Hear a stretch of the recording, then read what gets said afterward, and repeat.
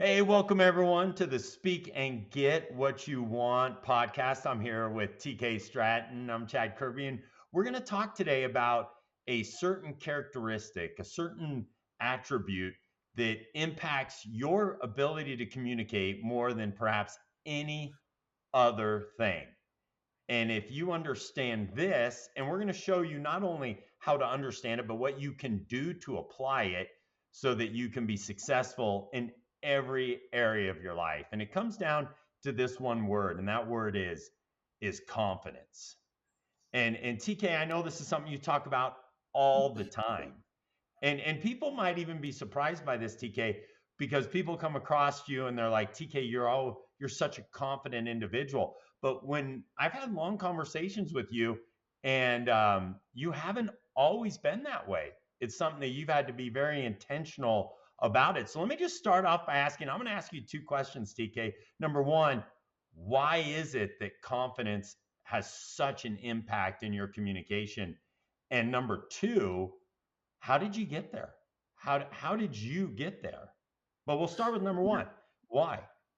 Yeah, no, Chad, you and I have always talked about this. I think no matter where you're at, this is something you really got to work on. We all do. We work on this and just get better and better at it. But confidence is huge. When that's how you're expressing how strongly you believe in something and how much someone can trust you. If you don't feel confident about something or even yourself, what are the chances of that other person being able to trust you and them feeling confident in you because you're not confident in yourself? So there's two different ways to look at this. There's one is, self-esteem, high self-esteem, and then there's self-confidence. And self-esteem is really how you truly feel about yourself. That's how you feel about yourself inside. Is that self-esteem, your self-worth, is how that is. Self-confidence is how you express yourself to others and how others view you. That if you're Mm, self-confident, so there's a difference. So a lot of times it's practicing that self-confidence, and you may have to, what we've always talked about, fake it till you make it. And we all right. have to do that sometimes. And that's part of the practice with gaining self-esteem and self-worth, is you have to continue to say it. And it's like anything. I think it's like a sport. It's like weight training. It's like speaking, like anything else. It just comes with practice. And the more you say it, the more you act that way, fake it till you make it, portraying that self-confidence, then you really start believing it and you start having that self-esteem, you know, and that's something everyone can get better at, and No, no question. But I have TK, this may be a chicken or egg discussion, what comes first, the chicken or the egg, but what self-esteem, so you're saying that self-esteem is how you feel about yourself. And then self-confidence is how others portray you. So let's say you're low in both areas. I mean, business, especially, I mean, TK, whether you are in business or as a business leader or entrepreneur, business owner, whatever you may be doing, you get beat up out there. It's yeah. tough. It's not easy. So let's say you have low self-esteem, low self-confidence. Is there one or the other you focus on to lift them both? You know, they say that the more self-esteem you give others, the more you have, and the more you Mhm. have, the easier it is to give away. And I think that's where it kind of goes back to the principles that we talk about in our book: speak and get what you want. If you can make others feel really good about themselves and talking about themselves, because we talk about, okay, what's everyone's favorite subject? Right. You say it Right. best. Themselves. Themselves. Yeah, Their everyone's favorite favorite subject subject. is self. So if you can make them feel really good about who they are, that does nothing but build you up. So the best way to build self-esteem is helping others gain, their self-esteem, helping them feel good, making the subject of the conversation all about them, and that does nothing but help you. And then they end up really liking you because you made the conversation all about them. And they started trusting you, and then they have more confidence in you, and they think, "Oh, this must be a super confident person because they're placing all this confidence in me." So I think the way we gain our self-esteem is by helping others gain their self-esteem. And then you're doing exactly what we talk about in the book.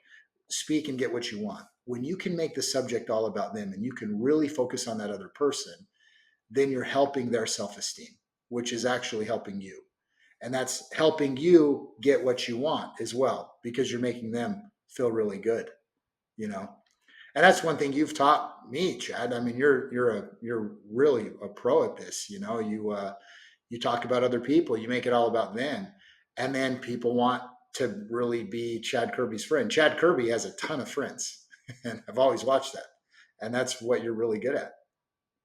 Well, but what you said there, TK, is very counterintuitive to what people are used to doing, right? Because they believe to make themselves feel better, they have to tear others down around them so that they elevate their status, right? So they Right. go, "Oh, I've got to feel better." And years ago, you bought a business where one of the managing partners was still in play, and he lived by that philosophy, and you had a front row seat to it. This individual thought, and he had been in business for 40 years, but Yeah. he felt like in order to make himself look better, he had to tear everybody around him down so that his status would get elevated.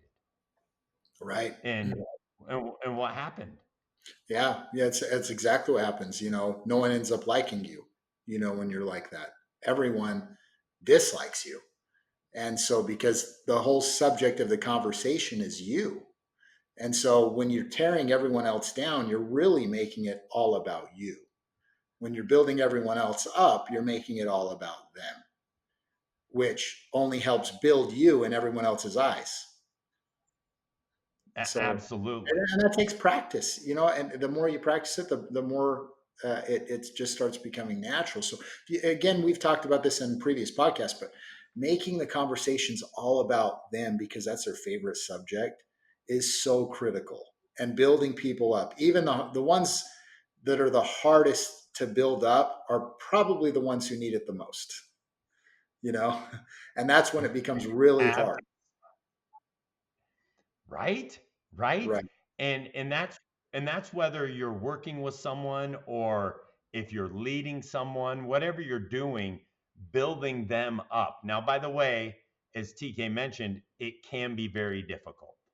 It can be very hard, especially when you've tried it over and over again. Now, there's some people that, regardless of how you build up, you've got to move on because their energy is contagious. As we've talked about in the other episodes, that people match your energy. And Mhm. so you want to make sure you surround yourself with those who are receptive to your energy. But if you're working to build people up and give their self esteem, and I love that quote that TK shared, and hopefully all of you listening can stop and really internalize that quote where it says, the more self esteem you give, and TK, I'm going to even slaughter the quote, but the more self esteem you want, you get self esteem by giving it away. Yeah, totally. Totally. And so you're walking away saying, okay, everyone leaves in your presence going, man, I feel better about myself. Right. Right. And in the process, you did nothing but build yourself by doing that. And that's how you get Right? what you want. I mean, that's a big part of getting what you want, and sharing that confidence. Shed, one thing that you should share today was you told me about a time that you went on stage to speak and what people said after. And I think it was the first speech you gave, if I remember, like you said, Well, it was the first presentation I ever gave to business owners. Okay. And there was about 250 business owners at this conference. And I got up and I spoke to these business owners. Now, there are two things that I really had to remember in the presentation, TK. And this is what you and I were talking about before we hopped online. But one, I had to really speak confidently.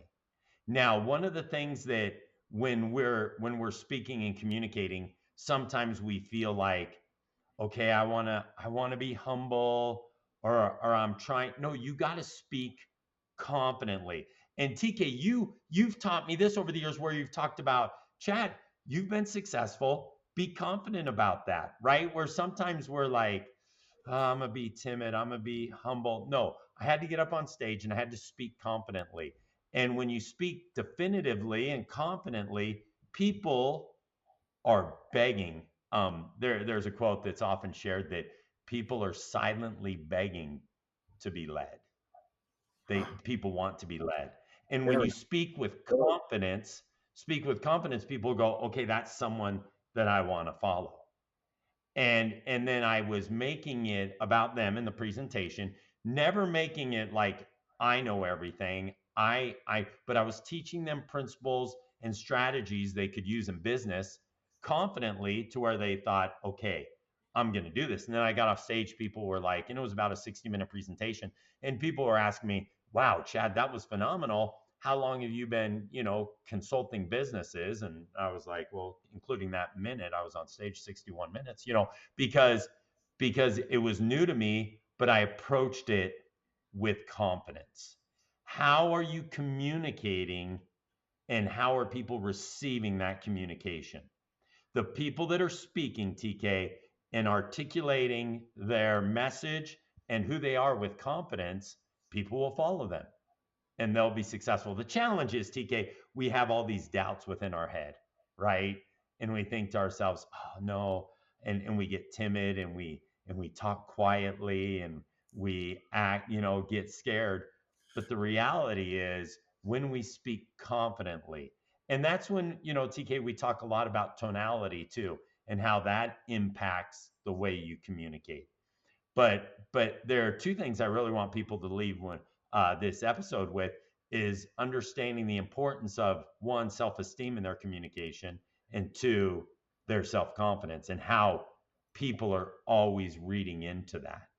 And now we're all in the business of sales too, TK, right? And so, you know, you had an experience, I remember you sharing, when you were starting one of your restoration companies.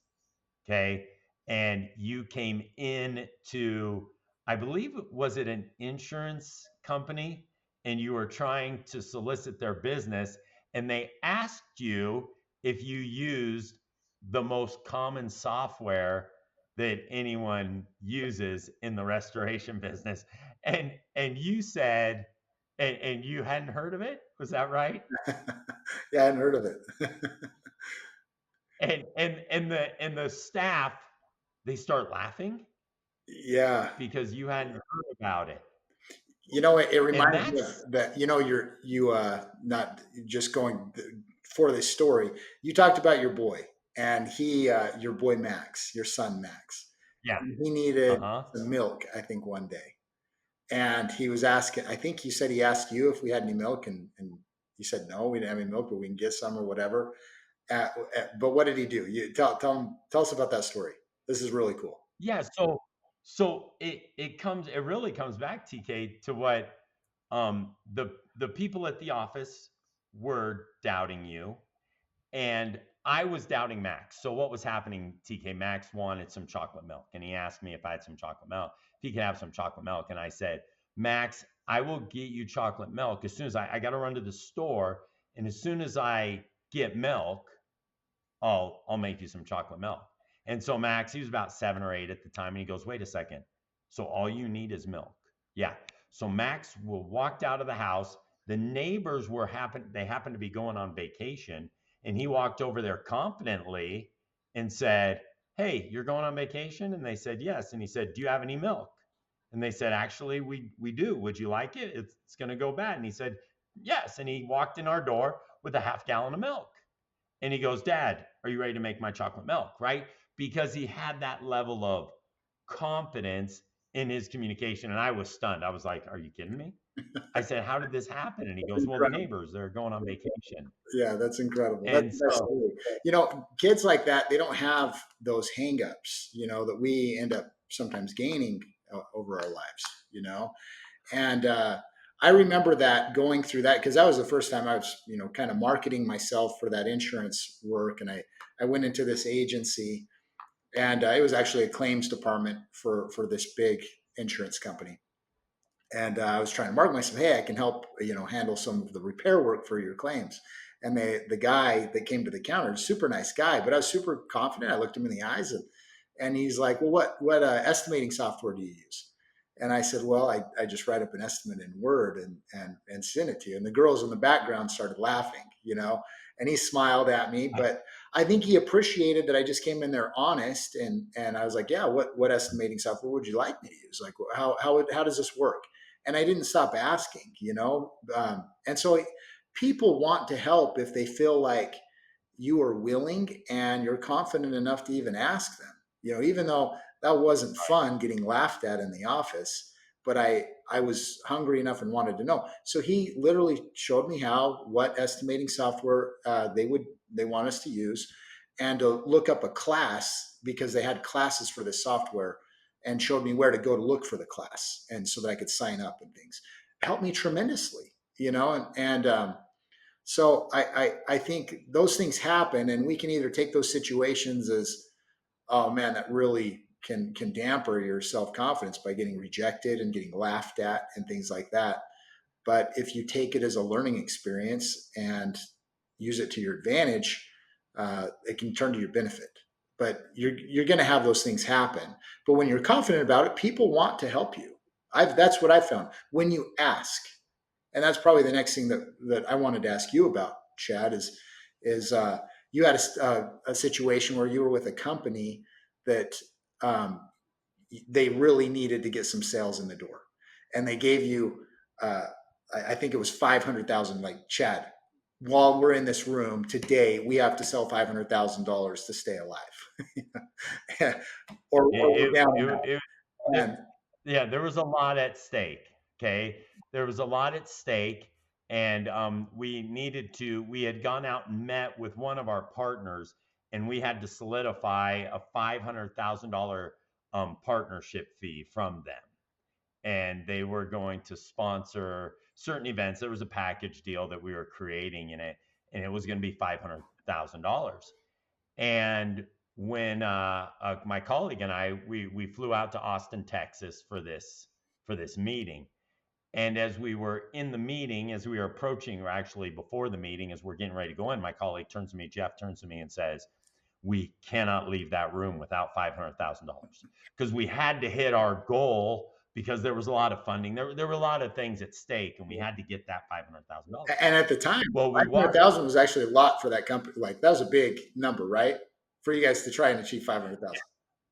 Yeah, keep in mind, yeah, this was like 12 years ago, TK, when $500,000 was a lot of money, right? It's a now, lot now that's what you, yeah, that's how much it costs to go out to eat. yeah, But so we go into this meeting, and me and my colleague are talking, and he's super nervous, but he was a more senior executive than I was.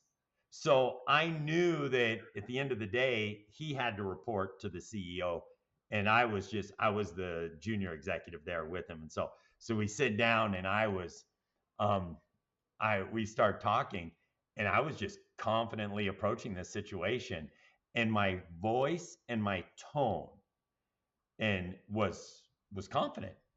And so I told them, I said, look, we have to have at least $750,000 for this to work.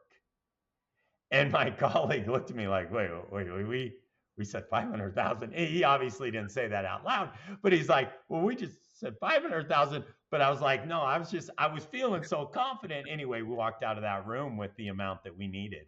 And well, actually more than we needed, because we just needed the 500,000 and we got more than that. But the point is, the confidence that I had in speaking and delivering it was everything. yeah. And by the way, it was our good friends Ryan Dice and Roland Frazier, but Ryan was right there, and I'll joke with Ryan about this, but Ryan was right there. Roland took a little more, confident language, but the reality is, the more confident you speak, the more people will want to follow you. And so if you're sitting back right now and you're going, man, TK, I'm not hitting my goals. I'm not where I want to be. I'm not accomplishing what I should accomplish. Think about how confidently you're speaking. About now, TK, I'm going to add the good and the bad too, because a few months ago, I walked in from my office and my office at home, and I walked into the kitchen and I was frustrated. Things were not moving as quickly as I wanted, and I was frustrated. And I spoke with confidence and said, I'm frustrated. Things are not moving as quickly as I want them to. And Cassie, my wife, turned to me and said, well, you keep saying that and watch what will happen. Right? So we come for good or for bad, TK. I'm saying that we speak confidently for good, is what we've been focusing mostly on this podcast. But I'm going to say confidently for negative too.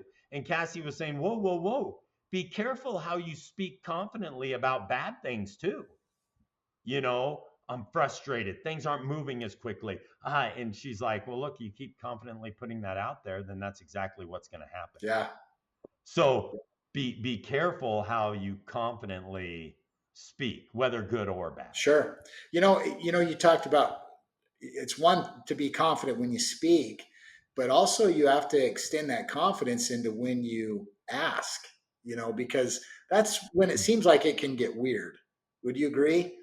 When you're with Ryan Dye, like if you're not confident and you're like, we kind of need $500,000, or it's a little pricey. It's 500,000.